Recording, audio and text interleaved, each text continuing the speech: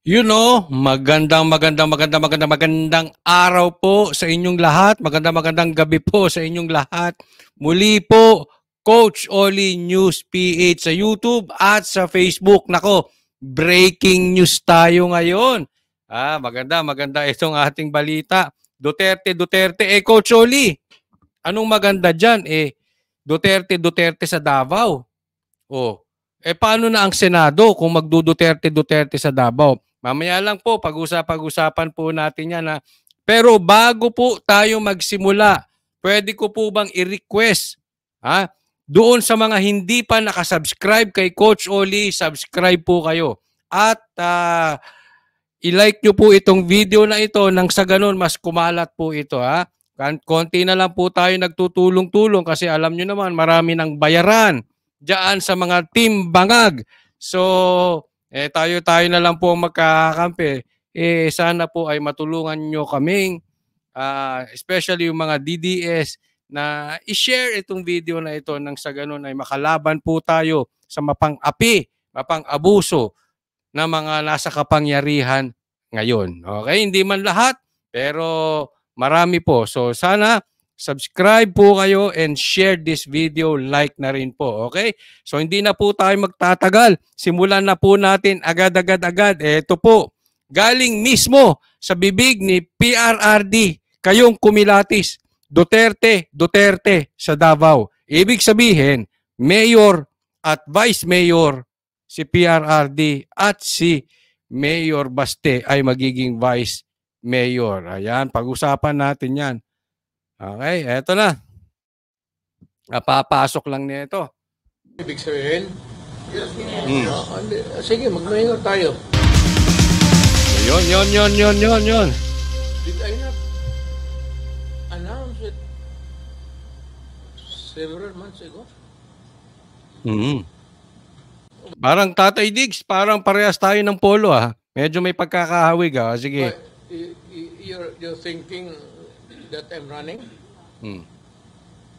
You are speculating that I am running. Is that the popular notion sa... Yes. Yes, Mr. President. Yan ang isip ninyo. And it is... Actually, hindi lang sila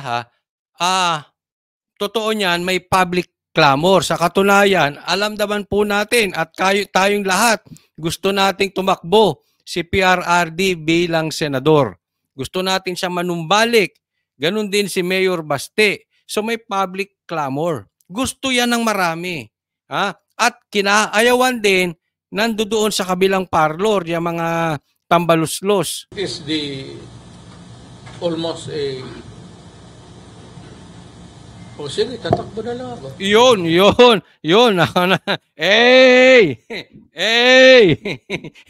Hindi, alam ko natatawa ako kanina May pinapanood akong video. Ng A.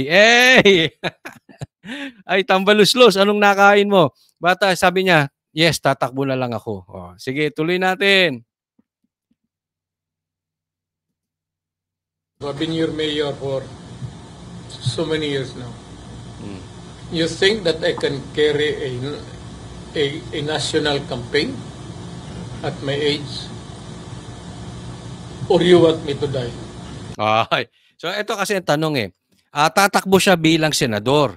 So, ang sabi ni PRRD, sa edad kong ito, gusto nyo pa akong mangampanya sa buong Pilipinas. Gusto nyo akong mamatay? Yan, parang ganyan na sinabi ni PRRD. Alam mo, sa katunayan, PRRD, number 1 or number 2 ka lagi sa rating. Hindi ka bumababa doon. At pag ikaw nag-declare bilang senador, na ikaw'y tatakbo bilang senador, sure ball ako, hindi mo kailangan umalis ng Davao. Hindi mo kailangan pumunta ng buong Pilipinas. Yung buong Pilipinas, dadalahin natin sa Davao. Ang dami pong tutulong ng mga vloggers sa inyo. Ang dami, andyan ang SMNI. At hindi nyo kailangan mangampanya. Sure win kayo bilang senador. Kaya siguro, PRRD, kahit tumakbo kayong senador, kung ang pag-uusapan lang ay kampanya, hindi po kayo kailangan, hindi kayo mamamatay, hindi kayo magkakasakit, Stay put lang kayo. Diyan lang kayo sa bahay ninyo, magkapi-kapi kayo, or diyan lang kayo sa e-lounge.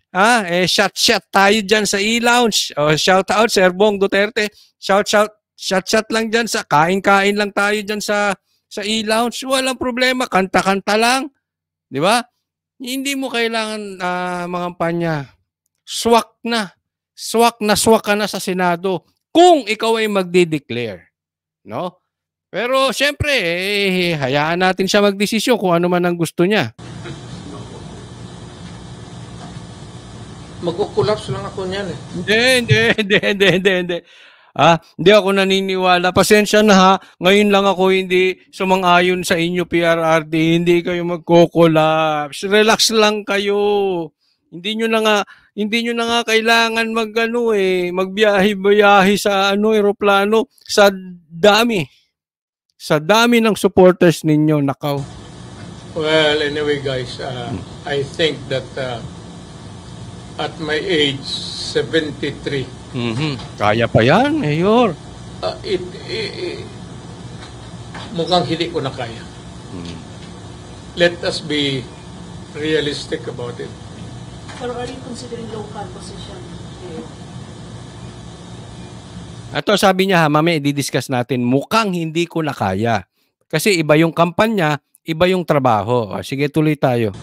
Well, I am open to suggestions from the media. What do you think I should be gunning for? You yan. Mayor. Who else? Ikaw. Sino pa? Ako siyempre, ito yan. Kasi po yung mga nandiyan, nakikita ko yung iba Yung mga reporter, yung ibang media nakikita ko, mga local from Davao yan. So, yung mga maka-Duterte, natural ang sasabihin nila, gusto namin si PRRD mayor ng Davao. Kasi siyempre may alam naman natin magaling ang Duterte. Especially si PRRD, alam nating magaling siya.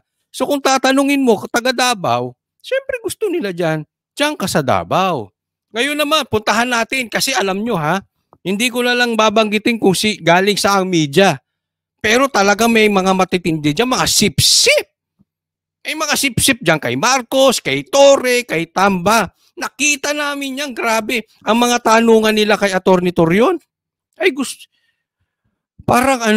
para silang lumalabas na abogado ni Tambaluslos. Para silang abogado ni Torre. Ganyan po magtanong ang mga media, ibang media dyan. Nako, ayoko na lang. Baka may makalaban lang tayo dyan media. Pero nadinig naman yan ng mga kasama ko. Sabi ko, etong media na ito, sip-sip talaga. Galit talaga to sa mga Duterte. So may mga media dyan na ayaw sa Duterte. Definitely, yung gusto sa mga Duterte, gusto si PRRD sa Davao City. Yung ayaw sa mga Duterte, siyempre gusto rin nila ang PRRD sa Davao City. Bakit kanyo? Kampiyan sa Team Bangag kampiyan sa Tambaluslos. So, mas malaking problema pag si PRRD tumakbo bilang senador. Mas gusto nila dyan lang sila sa lokal. Nakukuha nyo po. No? So, kung talagang tutuloy po sila PRRD at si Baste na mayor dyan, nako, posible lang kasi mamaya may ipapaliwanag ko. Posibleng natutuwa ang mga Tambaluslos, pero posible ding hindi. Bakit? Mamaya. Of course, Mayor. Mayor tayo. Yun. Mayor, sure. Mayor. Kasi sagot ng mga tao, mayor. Di mayor tayo. Yan kasi ang tinanong nila yung media Media dyan, of course. Sabi ko nga, mapa-pro Duterte, mga anti-Duterte, gusto sila dyan sa Davao na lang. No. Okay, tuloy. Yan ang gusto. Is it a public clamor? No. Hindi ako sangayon. Ang public clamor, PRRD, Senate. Hindi naman ako nagbobusing-busingan. Kung saan gusto ni PRRD, okay lang sa akin. No problem. Pero kung ako tatanungin, mas gusto ko bilang senador. Bakit? Siyempre kailangan natin ng numero sa Senado. Kasi tatandaan po natin, hawak na nga ang Congress, di ba? So, kailangan natin ng numero sa Senado nang sa ganun, umayos naman itong bansa natin.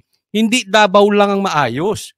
Ang Davao nga, sa aking tingin kahit na hindi Duterte ang tumakbo dyan, maayos pa rin yan Bakit? Nasanay na sila sa sistema ng mga Duterte. Ayaw ng adik ng mga tao dyan, ayaw ng kaguluhan, malilinis na yung mga tao dyan. Yung sistema ng pamamalakad ng Duterte na adapt na ng mga taga dyan.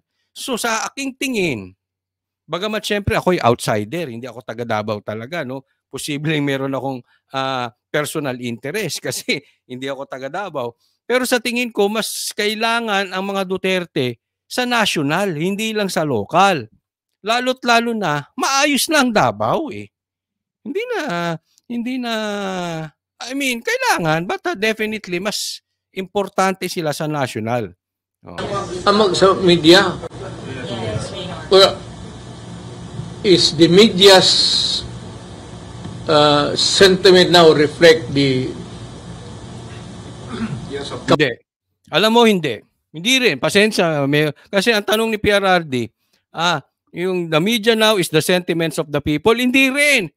Mas maraming media galit sa inyo, PRRD. Alam kong alam nyo yan. Alam kong alam yan ng taong bayan. At maraming media, gusto, syempre alam mo na, gusto yan sa mga tambaluslos. Bakit?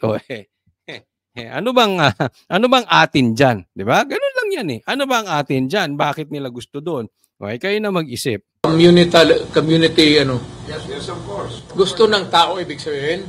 Yes, yes. Sige, magmayor tayo. What will happen to Mayor Baste? He should be the vice mayor. Nako, yun na. O magme-mayor siya. Paano naman daw ang tanong ng taong bayan? Paano si Baste? Siya magiging vice mayor.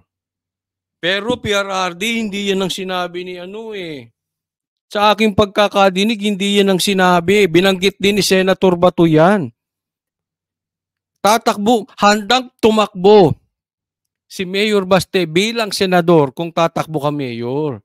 Sana kung mayor ka talaga, PRRD, sana si Mayor Baste ang tumakbo naman bilang senador. Kailangan natin dun Pero teka muna, may twist dyan.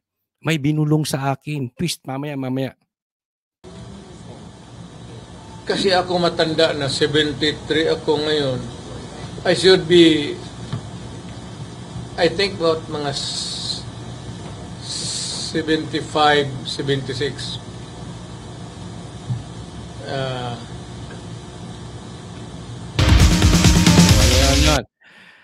Kaya pa yan. Kahit ikaw ay 73 na at kung ikaw ay magiging senador, hanggang 79 years old, kaya pa yan. Kasi 6 years po ang Senado, ang mayor po 3 years lang.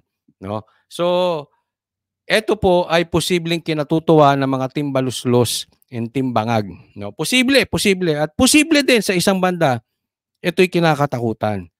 Bakit? Kasi may nagbulong-bulong. Ito hindi ko bulong-bulong lang po yan. Yan ay usap-usapan lang sa mga GC ng mga, alam mo na, ng mga medyo malalapit sa mga Duterte. Ito'y posible lang naman. Posible, okay? Hindi ko sinasabi. Posibleng mas natatakot dito ang timbaluslos at timbangag. Bakit? Kasi yung salita ni Mayor dito ay ni PRRD na siya'y magme-mayor at si Mayor Baste ay mag-vice mayor, di umano laban bawi. Parang, di ba? Kung susuriin mo, hindi diretso. At etong press con, kani-kanila lang katatapos na press con ni PRRD, hindi niya sinagot to ng diretso. Ang sagot niya ganun-ganun. At alam naman natin si PRRD, nung una sabi hindi tatakbo pero tumakbo. Si Sara sabi, tatakbo tapos hindi tatakbo tapos nag-vice president na lang. So, magaling po Kung ang laro po ay chess, master sa chess to. Master to sa political moves, itong si PRRD. Kaya yung sasabihin niya na magme-mayor siya tapos vice mayor si Baste, posible rin. Posible naman. Pero ako hindi nawawalan ng pag-asa. Lalo na ay may bulungan. Na posibleng may Duterteng tatakbo sa Senado. At hindi ko alam kung yaan ay si Pulong, posibleng si Mayor Baste, o posibleng si PRRD. Tatandaan po natin anong araw na. Linggo na. Hanggang Tuesday lang po ang filing. So ibig sabihin, it is very possible marami pang araw, marami pang oras para pag-isipan ito ng mga Duterte. At ito'y posibleng ibitin nila up to the very last hour of the very last day nung filing ng COC.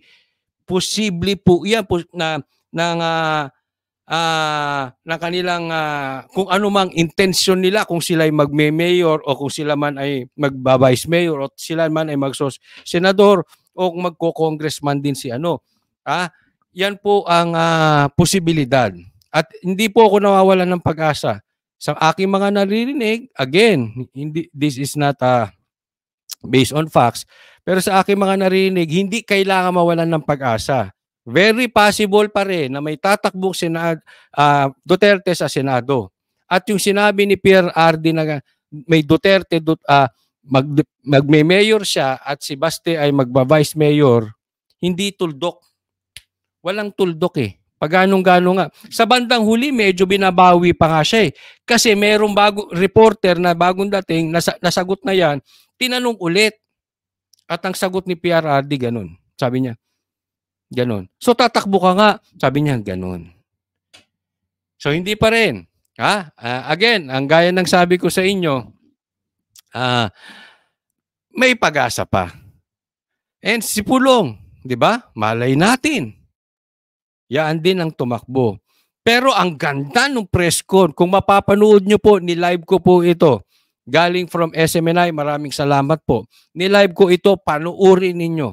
Kasi kung ikaw naman talaga sa Davao, ay matakot ka na kung ang magiging mayor si PRRD, dinerecho niya. Lumayas na kayo ng Davao. Papatayin kayo. Papatayin kayo, lumayas na kayo. Hindi kayo ubra dito. Human rights, wala ako. Wala akong pakialam dyan. Mamamatay kayo. Kayong mga bangag. Galit talaga sa bangag to. Si PRRD. Kayong mga bangag. Kayong mga adiktus. Lumayas kayo ng Davao. Kasi mamamatay kayo dito. Ayan. So, napakaganda. Ang ganda po ng mga sinabi niya. Ang ganda ng press con. Kaya tawa kami ng tawa na sa GC namin habang pinapanood to. Tapos dito sa comment section, no? Kaya ibang klase talaga si PRRD. Kahit mahaba yung press con, di ka antukin Hindi katulad nung sila Marcos. Pag kaya na nag-press con, siguro 2 minutes tulog ka na. Hindi ka aabot. Makakatulog ka lang talaga dyan kay Marcos. No? Kaya mag-ingat-ingat. And ako hindi nawawalan ng pag-asa. Kasi yan talaga ang pangarap ko sa Pilipinas. Maubos ang adik sa Pilipinas.